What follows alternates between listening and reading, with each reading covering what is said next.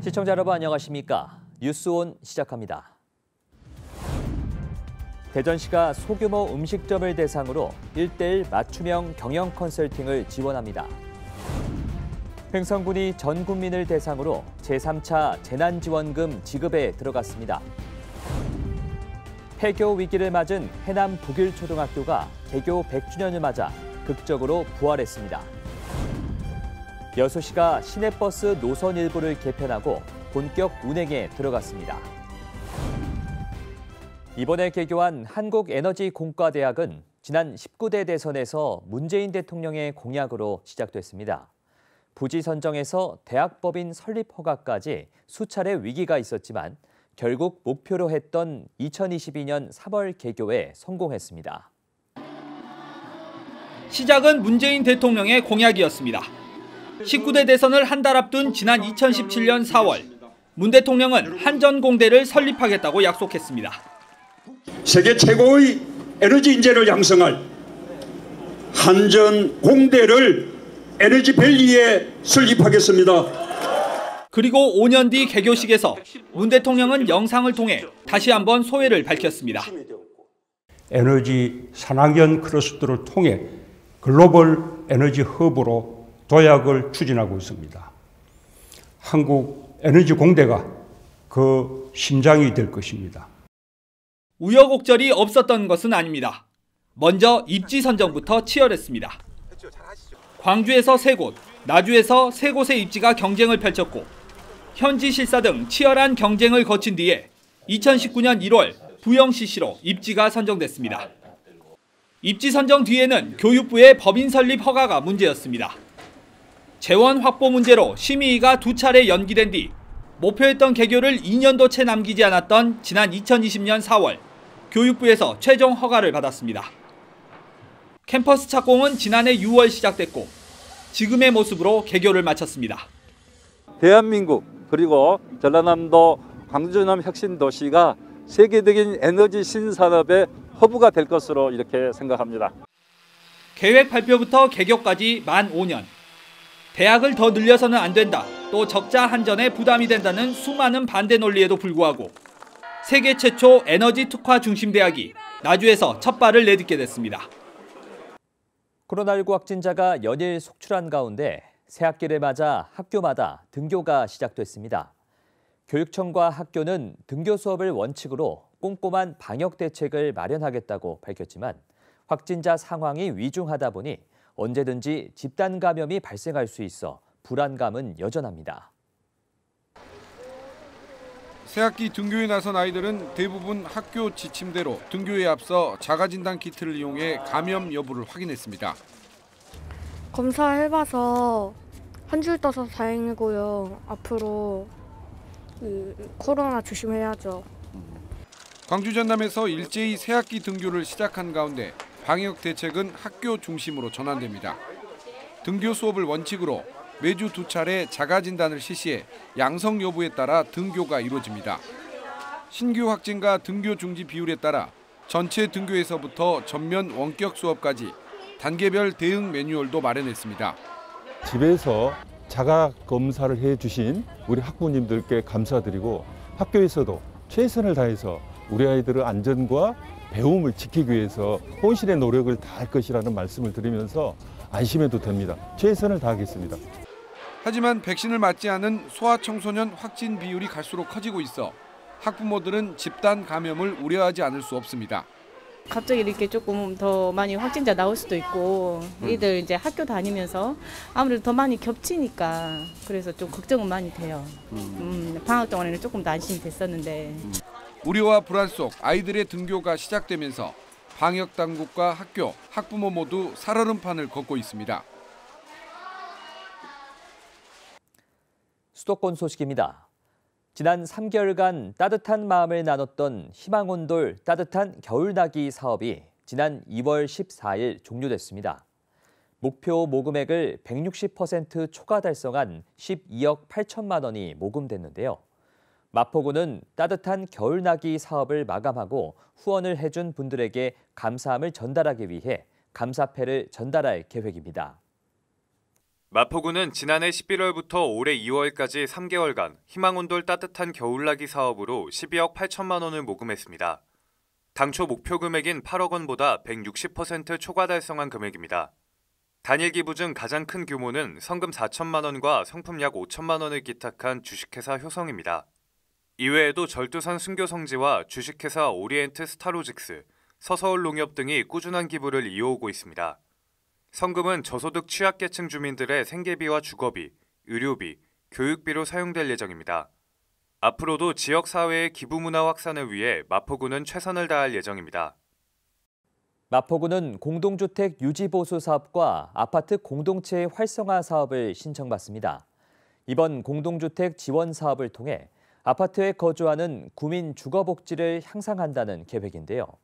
주요 추진 사업은 공동주택 공용시설 유지보수, 아파트 공동체 활성화, 공동주택 전문가 자문단 등입니다. 이번 사업을 통해 공동주택 내 문제를 해결할 수 있도록 최선을 다할 예정입니다. 마포구는 아파트 등 공동주택을 대상으로 2022년 공동주택 지원 사업을 추진합니다.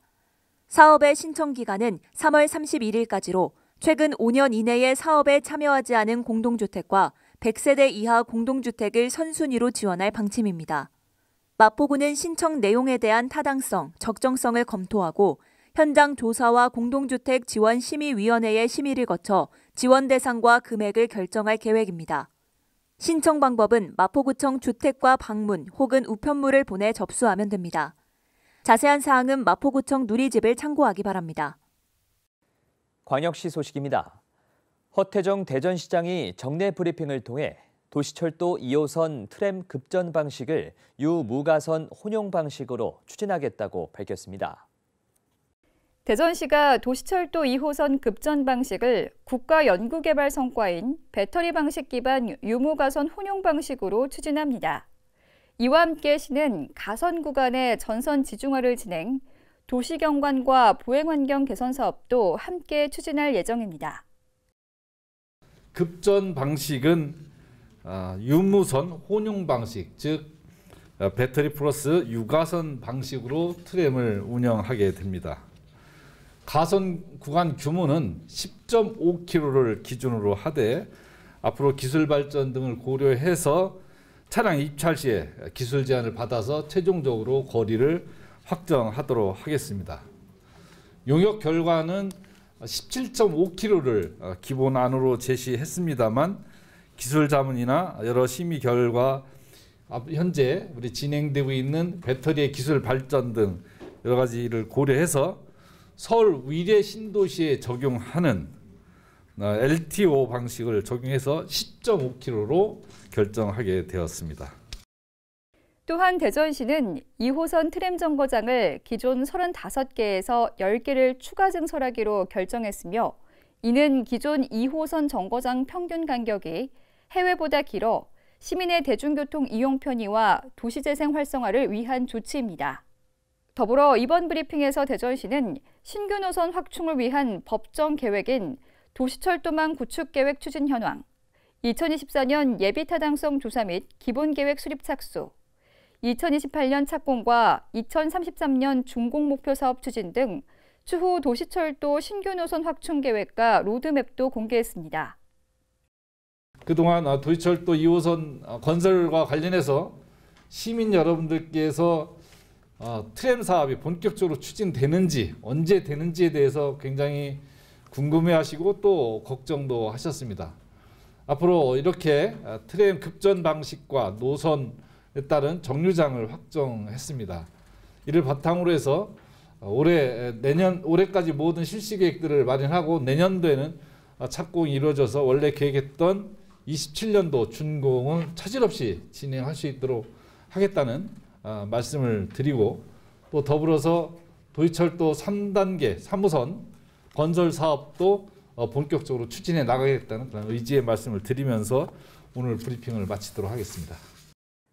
대전시가 비대면 외식 소비 환경의 변화에 따라 지역의 소규모 음식점을 대상으로 1:1 맞춤형 경영 컨설팅을 지원합니다. 대전시가 코로나19 장기화로 인한 외식업소의 경영 위기 극복을 위해 외식업소 경영 컨설팅 사업을 추진합니다.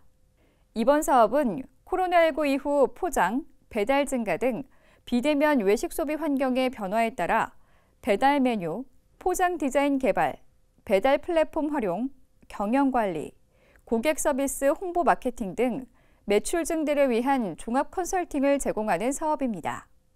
신청 대상은 공고일 기준 대전시에 영업신고를 한 후 1년이 경과한 종사자 5명 미만의 소규모 일반 음식점이며 신청 기간은 오는 3월 11일까지입니다.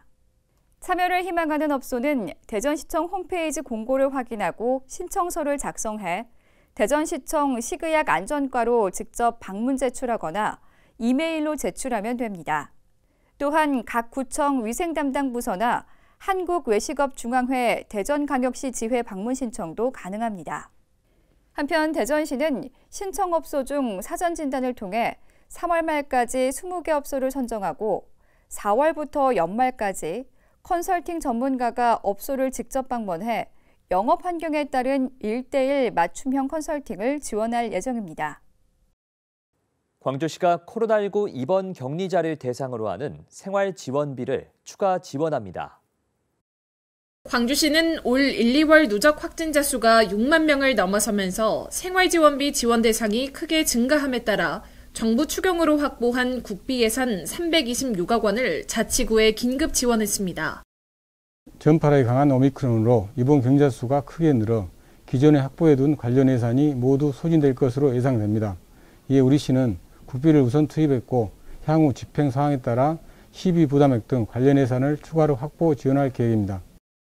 코로나19 생활지원비는 1일 기준 1인 34,910원, 2인은 59,000원 등 가구 내 격리자 수에 따라 차등 지급되며 유급휴가 대상자나 해외 입국 격리자, 격리 또는 방역수칙 위반자 등은 지원이 불가합니다.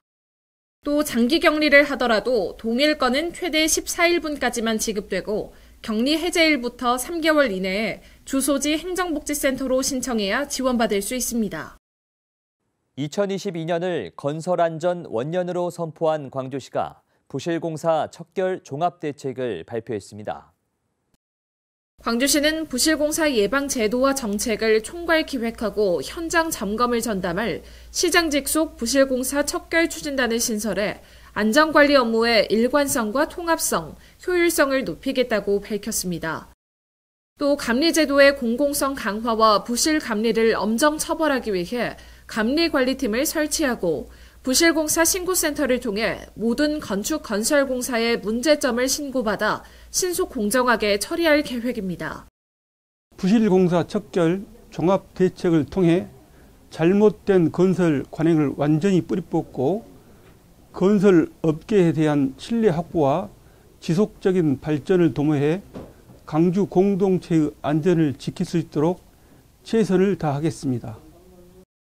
아울러 스마트 위험성 평가 시스템 도입, 불량자재 반입 원천 차단을 위한 민관합동 품질 기동 점검반 운영, 현장 지도 감독 및 건설 근로자 안전교육 강화 등을 시행할 방침입니다.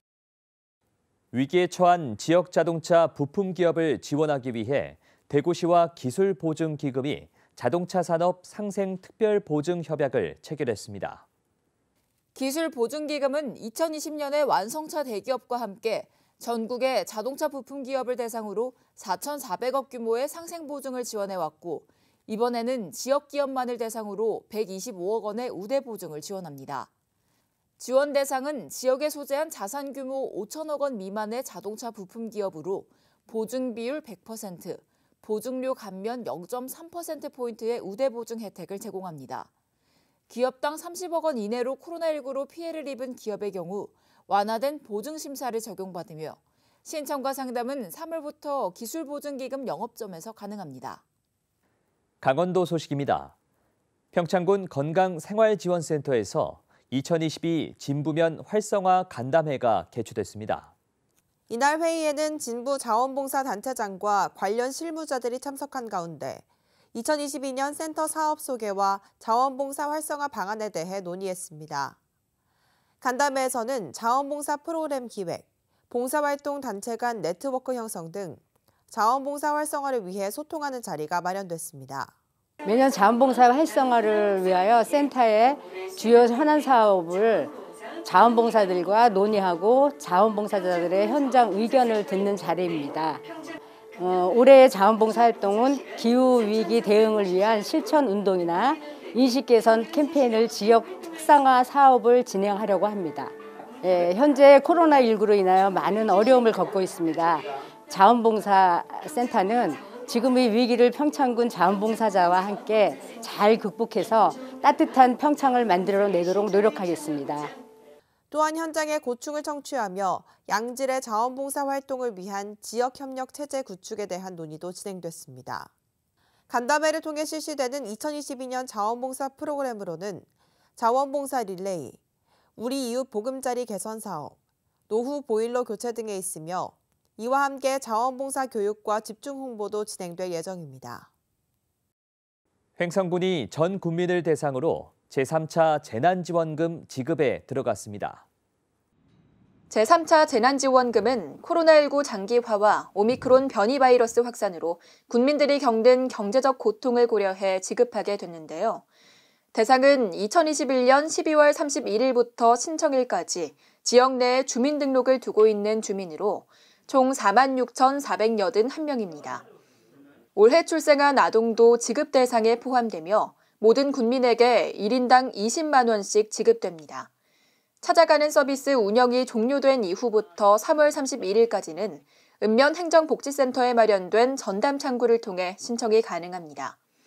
지급 수단은 횡성 지역 내에서만 사용할 수 있는 농협 선불카드이며 사용 기한은 8월 31일까지로 온라인 결제나 유흥시설, 사행성 업종에는 사용할 수 없습니다.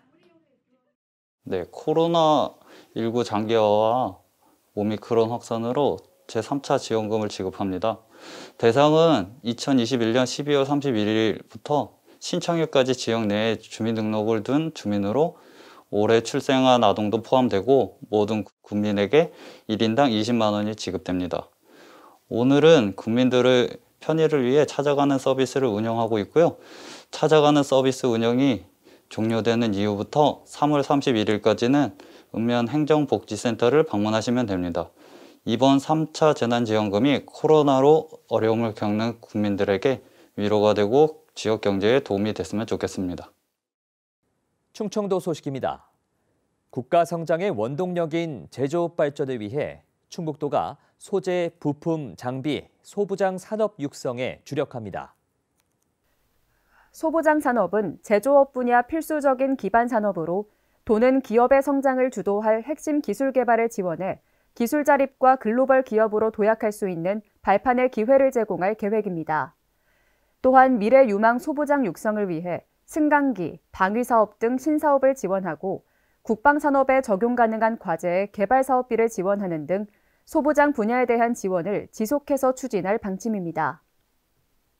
충북도와 충북 테크노파크가 방사광 가속기를 활용한 산업체 지원 체계 구축과 역량 강화를 위해 업무 협약을 맺었습니다. 협약에 따라 도내 100여 개 업체의 연구 인력을 대상으로 가속기의 다양한 활용 방법과 가능성을 지원하기 위한 교육과 전문가 매칭 프로그램이 운영됩니다. 운영을 맡은 충북 테크노파크는 관련 기업에 대한 수요 조사와 홍보에 들어갈 예정이며 오창 다목적 방사광 가속기가 운영될 때까지 도내 많은 기업들이 활용 능력을 키울 수 있도록 지원할 예정입니다. 경상도 소식입니다. 양산시가 올해 제1회 추가 경정 예산안을 본 예산보다 694억 원 증가한 1조 6,128억 원으로 편성했습니다. 지역 경제와 시민 생활의 안정을 도모하는 데 초점을 맞췄습니다. 이에 따라 양산시의회는 지난 2월 28일 제185회 임시회를 개회하고 이달 4일까지 5일간의 일정으로 추경안을 포함한 각종 안건 심의에 들어갔습니다. 추경안은 일반 회계가 688억 원 증가한 1조 4,521억 원, 특별회계는 6억 원이 증액된 1,607억 원 규모로 특히 양산형 2차 긴급재난지원금을 지급하고자 182억 원을 편성하고 재택치료 등 감염병 관리 대응 사업비로 11억 원을 반영했습니다. 이번 추경안에 편성된 양산형 2차 긴급재난지원금은 시민 1인당 5만 원씩 지급하는 계획으로 시의회를 통과하는 대로 TF팀을 구성하고 오는 4월경 지급할 예정입니다. 코로나19 자가격리 기준이 변경되면서 이제 재택치료로 전환이 됐죠. 양산시는 확진자의 재택치료 전문 상담 인력을 코로나19 재택치료 추진단으로 확대해 본격 운영하고 있습니다. 양산시는 시청 본관 2층 대회의실에 코로나19 재택치료 추진단을 설치하고 지난 2월 17일 출범식을 열었습니다. 정부의 확진자에 대한 관리가 입원이나 시설치료가 아닌 재택치료로 바뀌면서 보건소에 전화 문의가 폭증하고 연결이 원활하지 않게 되자 시청 대회의실에 전화 상담을 위한 추진단을 긴급 설치한 것입니다. 재택치료 관련 등록, 관리, 지원 등에 대한 문의와 상담은 오전 9시부터 자정까지 진행되며 이후 시간대엔 보건소 당직자와 연결돼 상담을 받을 수 있습니다. 전라도 소식입니다. 학생 수가 크게 줄면서 폐교 위기를 맞은 해남 북일초등학교가 개교 100주년을 맞아 극적으로 부활했습니다. 도시민 20여 가구 90여 명이 이주했기 때문인데요. 민관 학위 학생 유치 캠페인에 나섰고 다양한 인센티브를 제공했습니다. 새 학기를 앞둔 해남 북일초등학교. 교실을 재배치하고 책상과 교구를 마련하기 위해 분주합니다. 학생 수가 지난해 20여 명에서 올해 60여 명으로 40명이나 늘었습니다. 이제 한 명만 있는 학생들도 있었거든요. 그럼 친구가 생겨가지고 사회성도 기를 수 있을 것 같고 아이들에게 좋은 긍정적인 영향이 될 것 같습니다. 전국 각지에서 이사를 와 학생 수가 크게 증가했습니다. 지난해 말부터 3개월 새 22가구 90여 명이 이주했고 이 중 유치원생과 학생이 52명에 이릅니다. 사람들이 별로 없다 보니까 공원이랑 가면은 이제 할머니 인사하고 뛰어놀 수 있어서 좋아요. 마을 주민과 군청, 교육청이 펼친 작은 학교 살리기 캠페인이 학생 유치라는 결실로 이어졌습니다. 이주민들에게 주택을 제공하고 학생들에게는 해외 연수 기회를 주는 등 다양한 인센티브를 제공했습니다. 현재도 이제 살기 시작한 지가 한 달 넘는 가족도 있고 그러는데요. 동네 분들이 다 좋아하세요. 오랜만에 아이들이 뛰어놀고 아이들 소리가 난다고. 개교 100주년을 맞아 문 닫을 위기에 몰린 해남 북일초교. 학생 유치를 통해 반전의 역사를 써가고 있습니다. 아시아 최고의 관광단지 조성을 목표로 1년 반 전에 첫 삽을 뜬 여수경도 해양관광단지 조성 사업이 파행을 빚고 있습니다. 레지던스 특혜 논란 등이 계속되고 있기 때문인데 이에 당사자들이 첫 만남을 갖고 문제 해결에 나섰습니다. 대한민국 해양 관광의 판도를 바꾸겠다며 시작한 경도 해양 관광단지 조성 사업은 지난 2020년 6월 첫 삽을 떴습니다. 1조 5천억 원을 투입해 골프장과 캠핑장, 호텔과 고급 쇼핑몰 등을 만드는 대규모 사업입니다. 문화를 간직한 해양 관광단지를 만들겠습니다. 최고 퀄리티로 창의적으로 개발하겠습니다. 하지만 생활형 숙박시설, 이른바 레지던스 건립을 두고 투기 특혜 의혹이라는 암초를 만났습니다. 급기야 미래에셋은 지난해 5월 사업 전격 중단이라는 강수를 뒀습니다. 가까스로 한 달 뒤 공사는 재개됐고 이후 전남도 경관위의 레지던스 건립 수정안이 조건부 통과되면서 청신호가 켜지는 듯했습니다. 하지만 여수시 의회가 경도 진입도로의 일방적 위치 변경 등을 문제 삼아 여수시 분담 예산 71억 원을 전액 삭감하면서 갈등은 여전합니다. 이런 가운데 사업자와 인허가권을 가진 광양만권 경제자유구역청 등이 만나 문제 해결에 나섰습니다. 공사할 수 있는 단지 조성이 지금 거의 다 끝났습니다. 끝난 상황이어서 그 후속 단계로 건축 공사가 들어가줘야 되는데 애초 여수 시민의 바람인 해양관광단지 개발 사업으로 바로잡고 정상화시키는 데 힘을 모으자고 모였다라고 생각합니다. 건축 허가가 지연되면서 2024년이었던 완공 목표도 수정이 불가피하게 됐습니다. 대규모 관광 개발 사업을 통해 지역 경제를 살리겠다는 사업자 측과 특혜 의혹의 시선을 거두지 못하는 지역 사회가 접점을 찾을 수 있을지 주목됩니다. 여수시가 시내버스 노선 일부를 개편하고 본격 운행에 들어갔습니다. 이번 노선 개편은 지난 2020년부터 추진한 시내버스 노선체계 개편 용역의 결과입니다. 운전원 주 52시간 근무제에 따른 첫차 막차 운행시간 조정과 택지 개발로 인한 도시 여건 반영, 불합리한 노선 조정, 버스 미운행 마을의 신규 배차 등 변화된 여러 교통 상황이 반영됐습니다. 변경된 시내버스 노선과 운행시간표 등 기타 궁금한 사항은 여수교통정보 홈페이지 또는 교통과로 문의하시면 됩니다.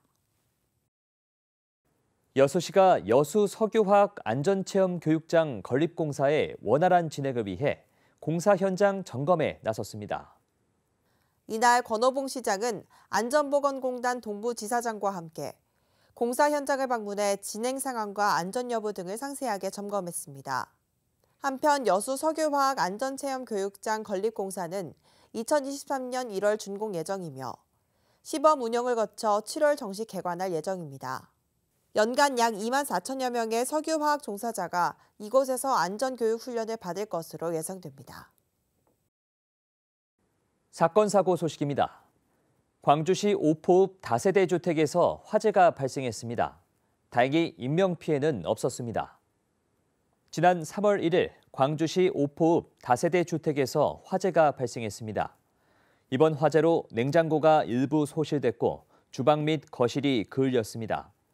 거주자가 냉장고 위에 향초를 켰었다고 진술한 점 등으로 보아 거주자들이 외출한 사이 냉장고 위에 향초가 모두 타면서 주변 가연물에 착화 발화된 것으로 추정됩니다. 화재 진압을 위해 소방대원 40명과 경찰 2명이 동원됐으며 장비 13대가 투입됐습니다. 용인시 처인구 포고급에서 공장 화재가 발생했습니다. 해당 화재로 2억 원가량의 재산 피해가 예상됩니다. 지난 3월 용인시 처인구 포고급 공장에서 화재가 발생했습니다. 신고자는 컨테이너 숙소에서 취침을 하려던 중 창문 밖이 빨갛게 보여 외부로 나가보니 공장이 전소 중이었다고 진술했습니다. 신고자는 휴직 중인 직원들에게 화재 사실을 알리고 함께 대피했다고 말했습니다. 포곡대 현장 도착 후 연소 확대 방지 및 화재 진압을 실시했고 다행히 인명피해는 없었습니다. 경기도 군포시청 본관 앞에서 차량 화재가 발생했습니다. 현장에 있던 관계자 10명은 대피했고 다행히 인명피해는 없었습니다. 3월 3일 경기도 군포시청 본관 앞에서 차량 화재가 발생했습니다. 경찰과 소방당국 등에 따르면 A씨는 이날 오전 0시 3분쯤 군포시청 본관 앞에 불을 지르는 등 공용건물 방화 혐의를 받았습니다. A씨는 불을 저지른 후 경찰서에 찾아가 자수하며 토지보상 수용 문제로 불만을 품고 불을 낸 것으로 전해졌습니다. 경찰은 A씨를 상대로 구체적인 사건 경위를 조사 중이며 이날 화재로 소방대원 25명, 경찰 3명 등 인원 28명과 소방장비 10대가 출동했습니다.